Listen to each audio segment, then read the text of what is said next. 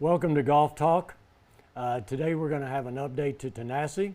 We're going to do a little talking about fairway and tee aeration. We're also going to talk about course, parkland designation, practice range, and much more. Stay with us.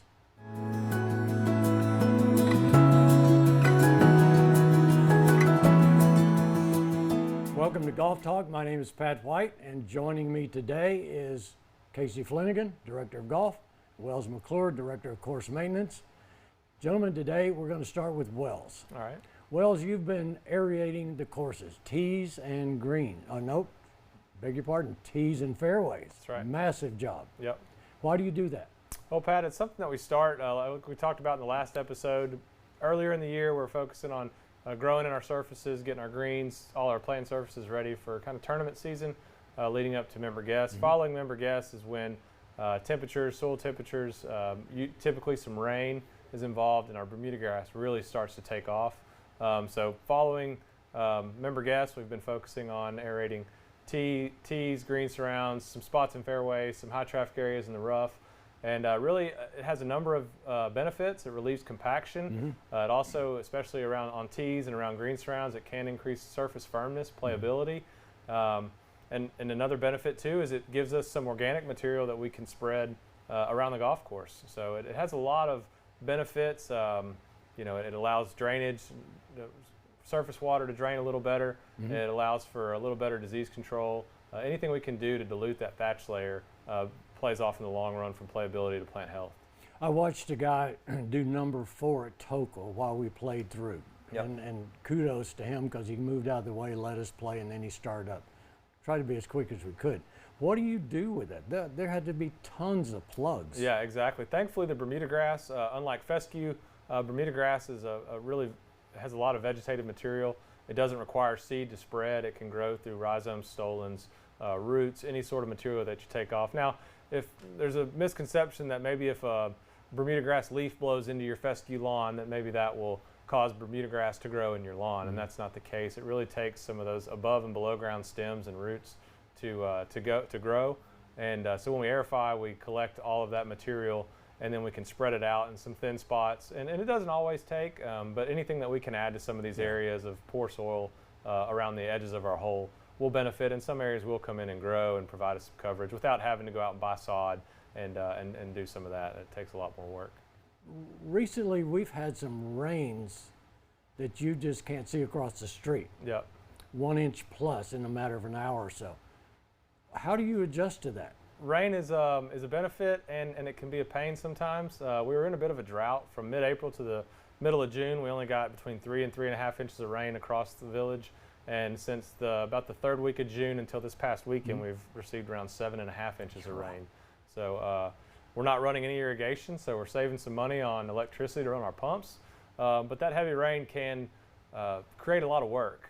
We work really hard to keep bunkers in shape and cart paths clean and material from washing around the golf course. And you can have everything perfect and have one afternoon, an inch in 1 hour, and you've got 2 or 3 days of work to clean up and get it back where it was. So it can be a bit of a pain. It's kind of a double-edged sword. We need the rain, but ideally if we could just get a half inch every 2 or 3 days at night would be great. But we just deal with it the best we can, and that's the part of our job. You never know what Mother Nature is going to throw out at you, and it kind of makes every day a little bit different. And our crews are doing a phenomenal job. Thankfully, the Tellico Village invested in some bunkers. When I first started, the bunkers at all 3 golf courses were horrendous. It would a 3/4 inch to a 1 inch rain event would take days to repair, and then what's left is not good. Mm-hmm. Now, if it's torrential downpour, it still takes some time because we get some washing, some silt that we have to scrape out of the sand, and then we still get a little washing just from surface runoff, but it's a lot better than it used to be, and so it just takes a little time to get everything back together. It creates a little bit of work, but everything's really green and growing right now, so I'm not going to be too picky about the rain because it will get dry again, no doubt. Okay. Casey, this question's to you. Okay. I was reading in the Telegram this week about golf parkland. That's correct. To those people that don't understand that, can you tell us what that means and what it is and how you join or what you have to do? And we've got miles of paved cart trails, right? And those are designed for golf carts, but we also allow people to to use those for their own personal use. You see a lot of people, and Wells and his team see a lot of people utilizing those, especially early in the mornings and late in the evenings. Why do you see them at those times? Because that's the acceptable times to use them. So if you go to our website, www.golftellicovillage.com, you click under golf rules, and you'll see the parkland hours on there.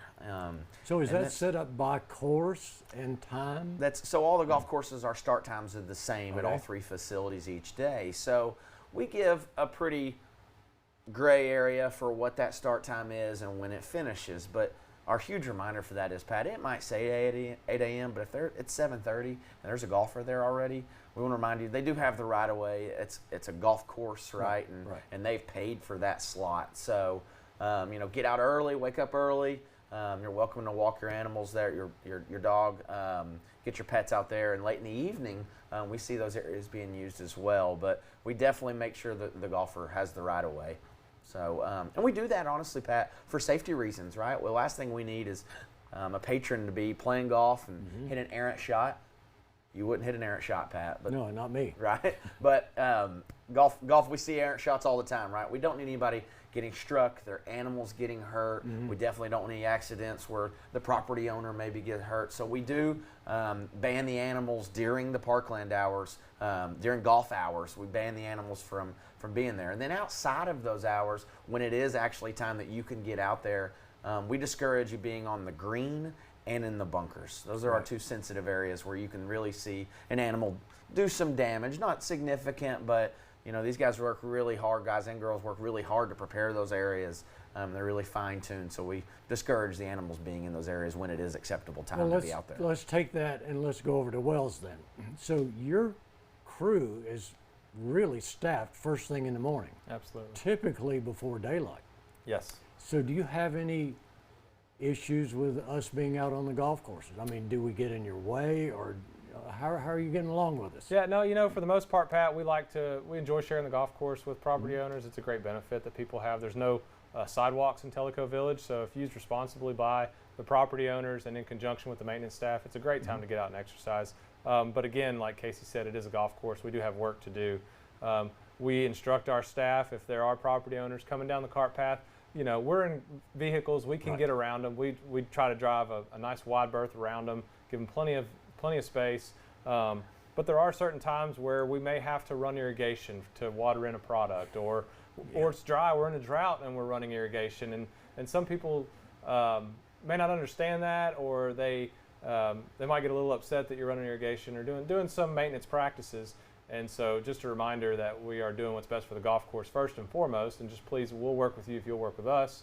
And on the flip side, talking about animals in bunkers and on greens, greens, a dog on a green, if it's just lightly walking across the green, it's not going to do much damage, but it's hard to control a dog. They get excited, they run. So try to keep your pets off the greens for sure, and out of the bunkers. The bunkers at Talk-2023 and Kahiti were done these past couple years, and they're phenomenal, but they do have a cloth liner. And for that cloth liner to operate efficiently and effectively, it can't be disturbed. It's a solid piece of cloth all the way across the bunker, and if a dog digs it up and rips that liner, sand can get under that liner, then you run back into the issue that we had before we did the bunker project, when people were complaining about liner in the bunkers. Our staff does a great job at maintaining the bunker depth. We all do that quarterly, or even sooner than that, especially following rain events. But keep control of your pets, keep them out of the bunkers, and other than that, enjoy the parkland. It's the best time of day to be out.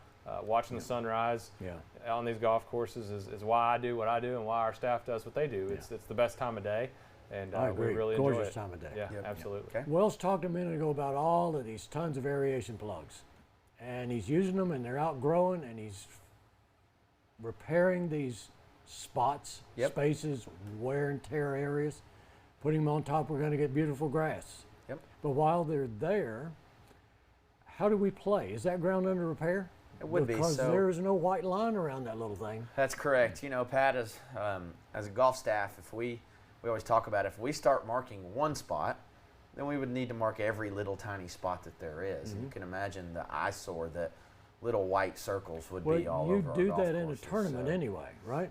in a tournament, we would mark really, really big areas that are abnormal. Okay. But when you see, their team kind of dumping those plugs and spreading them out and trying to improve some of those bare areas that are just mainly high traffic areas, right? That is an abnormal ground condition. So within your group, and we would obviously state that before a tournament, but within your groups, your buddies that you may be playing with, you definitely just would get free relief from that. There is no penalty. That's nearest point, 1 club length, no closer to the hole. Drop the ball from knee height, and you play on from there. Okay. Absolutely. And, other examples of that within Tellico Village would be a local rule that we have outside of your United States Golf Association rules is stones adjacent to the cart path, right? I know at my house, it seems like every year we added a couple feet to our driveway, and every year there's new rock emerging from underneath, right? And I'm picking it out, and I see it within the grass, I'm throwing it away. Same thing happens with our cart paths, right? There's rock under that asphalt. So when you go to, see where your tee shot was, I guess, is where you'll mainly see that. If you are adjacent to that cart path, and there might be a stone or two there, you do get free relief from that. Last thing we want is someone damaging their club. But I don't want that to be misconstrued as you hit it 40 yards left into the trees, into the shaded area where there's not much grass, right? For obvious reasons. You're not getting free relief from those areas. That becomes an unplayable lot, doesn't it? That's correct. You hit it into a bad spot where you're in trees and you might have some dirt over there, whatever it may be, or mulch or something like that. That's play at your own risk, right? And then you proceed under an unplayable lie. So, Wells, I'm going to ask you this question, and then Casey, pick up on it, please. Sure. And this has to do with ranges. They're absolutely packed. It seems like from sunrise in the morning to dark at night. We all need our practice, and we're out there.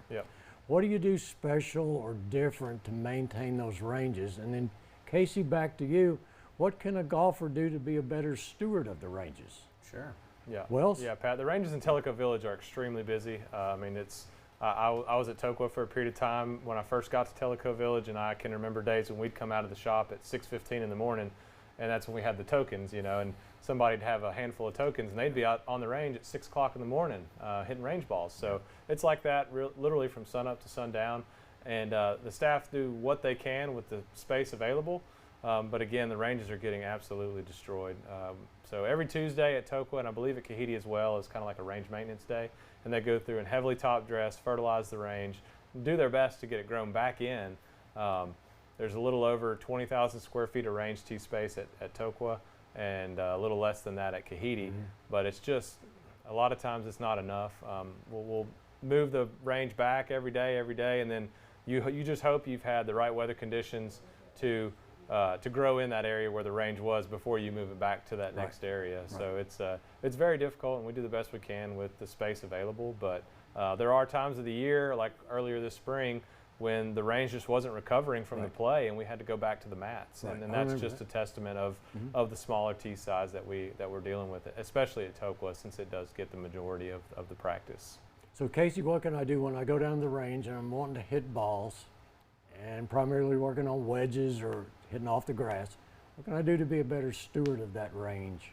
Absolutely. So we do have what we would call acceptable divot patterns, right? And so a divot, you're going to have to describe that. Dumb that down, right? A divot is you strike the golf ball, and ideally a correctly struck golf shot is golf ball then turf, right? Now we do see a lot of turf then golf ball, right? And those probably don't get the distance that we're looking for. But when we get golf ball then turf, now we've hit the shot the way we want to. So, as we're traveling downward in the golf swing on the downswing, we want to be, after we strike, probably 4 or 5 inches to in front of the ball, the target side of the golf ball, have that divot, right? So if I make a divot and then I move over 2 inches, make another divot, move up 6 inches and back, and you see where I'm going with this, and then I hit my 35, 70, 105 balls based on how many tokens you got, then I leave and I don't think anything of it. Well, then Wells comes in 20 minutes later to that same spot, and it looks like a 9-year-old's been in there just polka dots, beating it to death. Absolutely, right? And so I can hit my 70 golf balls, and after I hit one, on the back of that, I'm going to hit the next one on the back of that to where I stripe it.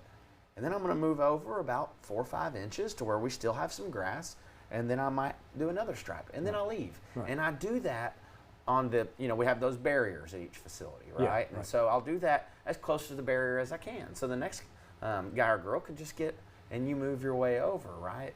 Whereas, I love your term, if you polka dot your station, you've ruined it for everybody that day, and you've really ruined it for how long? Until that grass is back. A week to 10 days at best, just to get coverage, and then there's no density.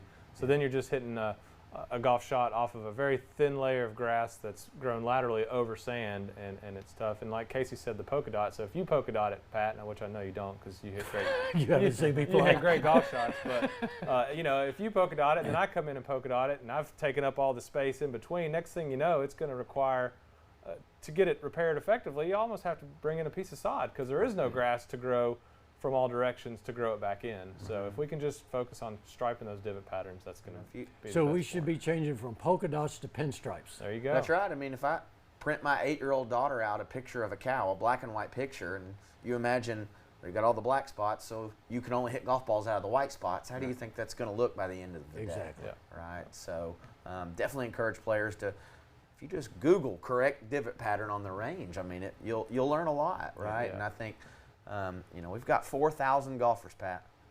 2 places to hit balls. Right, exactly. Right. And you know, Wells and I have been talking about this lately, especially the range tee space is very limited. What's the numbers on that? The square footage? A little over 17,000 square feet at Kahiti and around 24,000 at Tokwa. So, you know, between the two, it's less than You've got just a little over 40,000 square feet at both. 200 plus players per day. Right. Plus some outside guests that might come hit balls. Plus people who, hey, you had to come do golf talk today, so you get to play golf, but you might go hit balls. That's right. And so the wear and tear on the range is just significant. So anything we can do to help those patterns out would be great. Yeah. Okay. So Casey, Yes, I hope you brought us another lesson. They've been most beneficial to me. I did. Did you enjoy Sharon's lesson? I still watch it almost every other day. It's pretty awesome. So this month we've got Lucas Forstrom, who's the assistant golf professional at our Tokwa facility. Lucas has done a great job, and he's almost become our bunker guy, right? He does a lot Really? of bunker clinics. So it's he's got some catchy names for those. So Lucas is going to give us a great bunker session here. As you know, that we got a lot of bunkers in Tellico Village, and a lot of times you're hitting to an elevated surface from those bunkers. So let's enjoy this from Lucas and hopefully help our players. Thanks, guys. Lucas Forstrom here with you, assistant golf professional here at Tokwa Golf Club. Today we're talking about getting out of the sand, namely these greenside bunkers. Now, if you're anything like me, you're probably taught a couple of basic things about getting out of the bunkers, but you might have been taught some things that were really incorrect and we don't really teach anymore. So first thing that most people know that we do getting out of the bunker is when we set up, we open up this club face, okay? And that is still true, okay? Now, the next thing that most of us know is we're not actually gonna try to hit the ball here. We're gonna try to hit sand behind the ball, splashing that out and send it all up onto the green, okay? All of that is still true, but how we go about it is a little bit different than maybe how you were taught, certainly than how I was taught in the late 90s, early 2000s, okay? So when I was taught this shot, all right, we set up, we got the club face open, and then we tried to get very vertical with our swing and hit down and dig into the sand and splash it up, okay? So the problem with that is when we get real vertical here and real steep, we end up catching a lot of sand, okay? And we end up having to hit really close to the ball in order for that ball to get out onto the green. And that can be kind of dicey, particularly for the amateur player who's not used to practicing out of the sand that much. The closer you get to the ball, the less margin for error you have, and the more likely you are to hit the ball itself and sky it way over the green, or hit well behind the ball and not get out, okay? So what we're gonna try to change here is a couple of things, all right? Number one, when we open up this club face, all right, we're gonna open it up so it lies flat, okay? What that does is it accesses part of the club called the bounce, okay? Now the bounce does exactly what it sounds like it does, all right? It bounces off of the surface, whether that's the ground or the sand. It keeps it from digging in so much.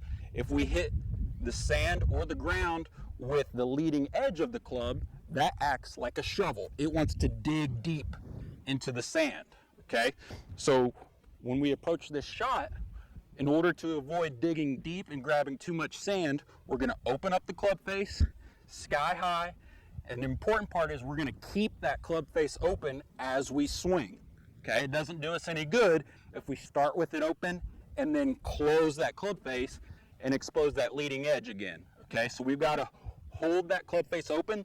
Think about if you're presenting this sand, all right, on top of the club. As you swing here, we want to try to keep that sand on top of the club. If we close the club face, it all falls off. Okay, so we're going to keep this club face open. Now, with our setup here, we're going to get this ball in front of our stance. So if this is the middle, we're in the front, okay? And then we're going to put all of our weight on our front foot heel, okay? On the heel of our front foot. And then we're going to get really pretty squatty in this stance, okay? So more so than your regular shot, we're going to really bend the knees, squat with our backside like we're sitting on a very low chair, okay? Now from here, here's the biggest part, the biggest difference from what you may have been taught before. Instead of being very vertical here, up and down, we're going to try to swing this around your body like this, okay? That's going to help you maintain the loft on the club and not take so much sand, all right? Again, we're trying to go around your body. For you better players out there, we're going to try to hit a draw here, okay? So I am going to have my feet a little open towards the target, and then I'm going to try to swing out towards my target, okay? So when we put it all together, now I don't have to take such a big, hard swing with this shot, all right? I can keep it short, smooth, and get it out hopefully pretty easily. Let's find out. So we're going to dig in, get a stable stance, weight on my front foot and on the heel, okay? Again, we're squatting pretty low, all right? Try to get this shaft. We don't want it to lean forward. We don't want it to lean back. It's straight up at me, all right? And we're going to give it a good short little swing here, all right? And we're going to come out nice and easily. You notice there, I didn't have to take a big, hard swing and really rip at it to get it out of the sand. That was nice and easy, and it came out nice and high and even spinny on that, okay? What we want to try to avoid is getting too steep and taking too much sand, okay? Now, for everybody that's played a little bit out here in Tellico Village, you know not every bunker is the same, okay? As much as Wells and the guys try to get everything kind of the same, they're not all the same. Some bunkers have some more sand in them, feel a little softer. Some are a little bit harder, especially after a rain or something like that.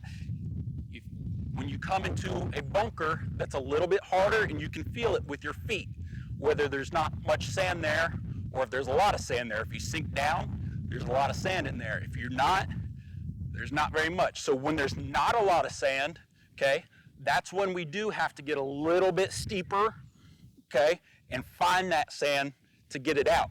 I might even switch clubs.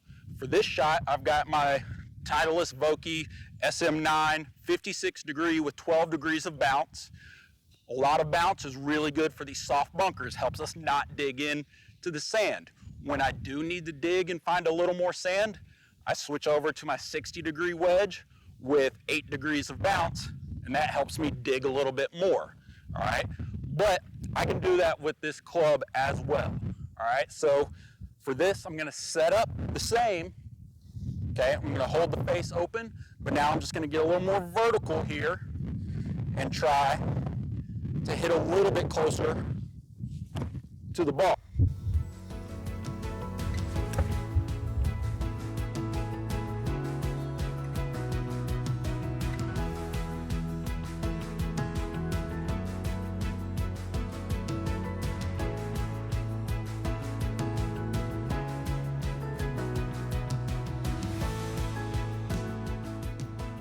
See there, took more sand out of there, so it came out a little bit lower, but we still got out. Again, if the sand is more compact, it's less loose, less soft, that's the approach I'm gonna have, all right? In our normal bunker conditions here, if it's softer, I'm gonna try to work around, not take very much sand, keep from digging in too much. Now, last thing here is club selection is very, very important, okay? We see a lot of players in Tellico Village that have the newest drivers, the newest irons, and wedges from the 80s, okay? Wedges have come a long, long way, particularly this year, Titleist has very lightweight graphite shaft wedges. So for the ladies, for the seniors that don't have as much club head speed, we have to have enough speed to get through the sand here and get the ball out. So it would really, really help to get some of these lightweight graphite wedges that are out there on the market now. They can help you get out of the sand, generate that speed, and get the ball out easier. All right, guys, back in the studio. So Casey, as usual, can you update us on the Tellico Village golf calendar? Coming Absolutely, events? Pat. Got a big event at Kahiti, July 25th through 28th. That will be the Tennessee Golf Association Men's Match Play Championship. Right. That's big. Won't be any spectator carts, but if you're willing to walk and you want to see the best amateurs in the state, they're going to be here in Tellico Village. All amateurs, and they put more into their game than I do for sure. Golf becomes their job. They take it very seriously, and there's some world-class amateurs in the state of Tennessee. It's incredible the level that they play at. So you're welcome to go out and check some of that out. Maybe grab a beverage of choice and sit behind one of the greens and enjoy that. And as far as August goes, 3 golf courses. There are no major events, and I say that lightly because we have 52 shotguns in August across 3 golf courses. Right. So it's hard to really get us to say any event is major because it's just our lifestyle, right? It's shotgun. So we see that as an amenity, though, to our members. A lot of people move here for that. New Villagers, HOA, Tenacity Toqua Scramblers, MGA, all the ladies' leagues. Good way to meet people. It's an awesome way to meet people. Tellico Linksters. We got all kinds of leagues and ways to meet people, and we see that as an amenity to our members. And you go to any golf course, and you're going to see those kind of leagues. Just Tellico's a little different animal because of the amount of people we have, but our golf staff does a tremendous job executing those, and kudos to them, honestly. So, Wells, the next question should go to you, but I'm not going to ask you. All right. So, I am getting great benefits from these stretching, exercising tips from Mark Croyd. Absolutely. Did you bring us another one? We did. This week is all about balance, Pat. I've talked to my students a lot about balance. One of my favorite drills, we had this discussion actually, is swing the golf club as hard as you can and see if you can stay on balance, right? You're going to do 2 things. You're going to improve your balance, and you're also going to improve your swing speed. So let's take it to Mark. Mark, if you'll show us a little bit about balance and how that can help you in the golf swing, I think our students really enjoy that. What we're going to talk about today is how balance affects your golf game. Balance can cause lots of swing faults. It can cause you to sway. It can cause you to early extend. It can cause you to actually fall. So balance is an important part of really stability. And I'm going to show you a great way to screen yourself out to see how good your balance is, and then we're going to go through some great exercises to help you improve it. Here's an excellent way to screen your balance. It's called a single leg balance test. And what you want to do is you want to set yourself up and get one leg up in the air, have your toe up. See how I'm at a 90-90 angle here? You should let your arms hang down to the side. You should be able to hold this for balance. If you can't balance this way, then we need to address it, but you should be able to close your eyes and maintain your balance for 15 seconds. If you cannot, which most people can't, here are some great exercises to help you improve that. Here's an easy balance exercise you can do at home. What you want to do is grab your golf club. Again, it doesn't matter whether you have a wood or an iron. I'm just choosing iron. I think it may be a little bit more sturdy. But we're going to work on single leg balance with this. So what you can do is you hold this down on the ground. What I suggest is you put this on the side of the foot that's going to come off the ground, because that's the side you're going to want to fall to. So when you put this club down, you want to put it here, wherever you're comfortable with it. Make sure you got balance. But what you're going to do is you're going to hinge back. So what you want to do is you want to push your butt back. Make sure this knee is bent. So when I'm in this position right here, I should feel pressure here, and I should feel it across the bottom of my foot down here. And then once you're set and get in that little hinge position with your knee bent, what you're going to do is you're just going to pick this foot, initially just pick this foot up off the floor a little bit and use this to balance yourself. You should be able to hold this for at least a 10 or 15 count. And then as you get better and better, you want to start using this club less and less. And then you want to bring this knee up a little bit higher if you can and work on it up here.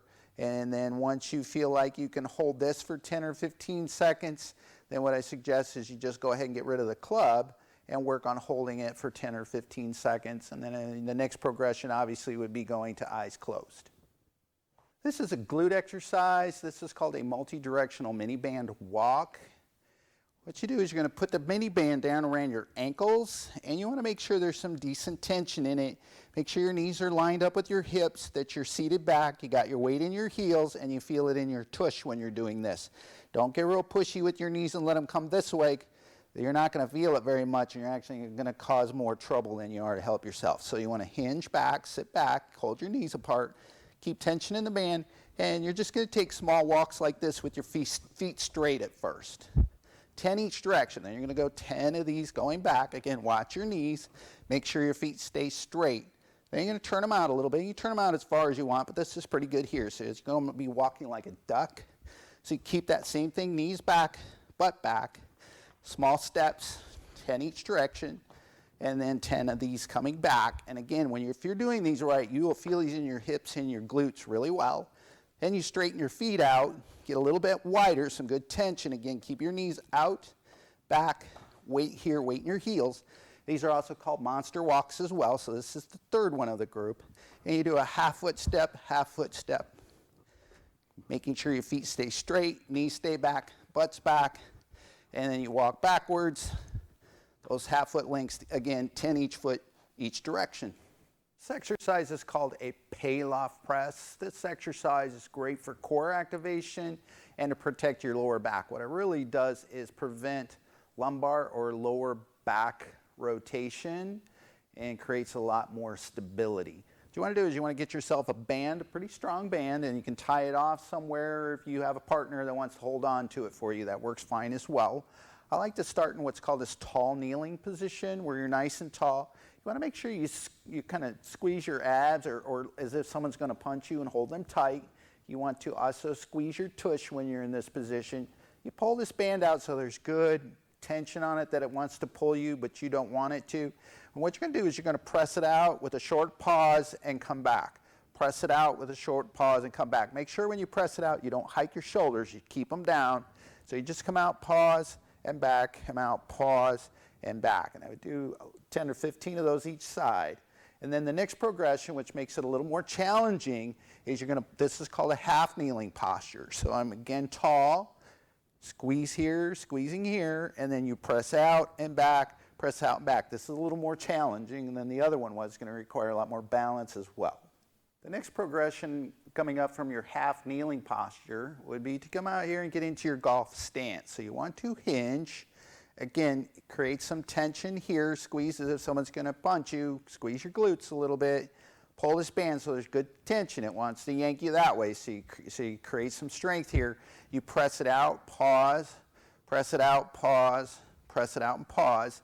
And then the next one that would make it even more challenging, this is the last one. You put 1 foot behind you, 1 foot forward. This is called a split stance. Make sure most of your weight's on this front foot. You can have some on the back.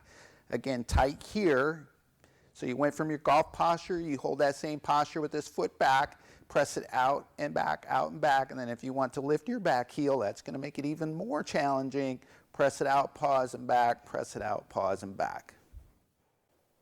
Well, if you enjoyed all these exercises today, please get a hold of me. Come in for a screen and let us find out what's going on with your swing, with your body, and put a custom program together just for you.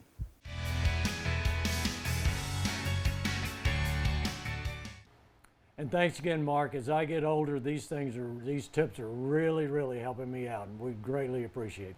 So, Wells, back to you. Yep.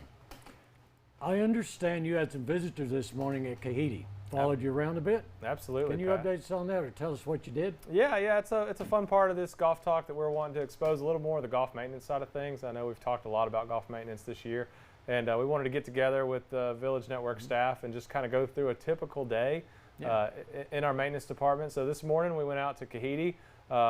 The Tellico Village Network staff met us there bright and early at 5:30 this morning, which in golf maintenance, well, I'm sorry, dark and early at 5:30, but you know, in golf maintenance, that's normal. I mean, that's our life, and again, that's what we have to do. We're so busy in Tellico Village to get done what we get done every day and put out the product that we do. We have to be organized. We have to have meetings, make sure all staff is on the same page. So this morning, the Village Network staff came out and we met Jordan and Josh Gunner. Jordan's the assistant superintendent at Kahiti, and started with the morning meeting, and following that, got a brief update from Jordan on the day, and just kind of went out from there and observed and filmed a couple different segments, which I think will be fun coming out over the next few weeks. Got to do some close-ups on some mowers and some bunker maintenance, and we even Jordan was kind enough to even let me walk around on one of his greens with a moisture meter and kind of explain how we manage moisture on our greens. And this time of year, typically we're doing a little more hand watering than we are right now, but 7.5 inches of rain in the last 3 weeks. We're mostly just checking them just to make sure we're covered for the day, our humps and our edges and stuff like that we talk a little bit more about in the video. But I think you'll get a lot out of that section, so it's going to be pretty cool. I'd like to thank everybody for watching today, and particularly Wells, and particularly Casey for joining us. Thank you. And I hope all of you join us again next month on Golf Talk.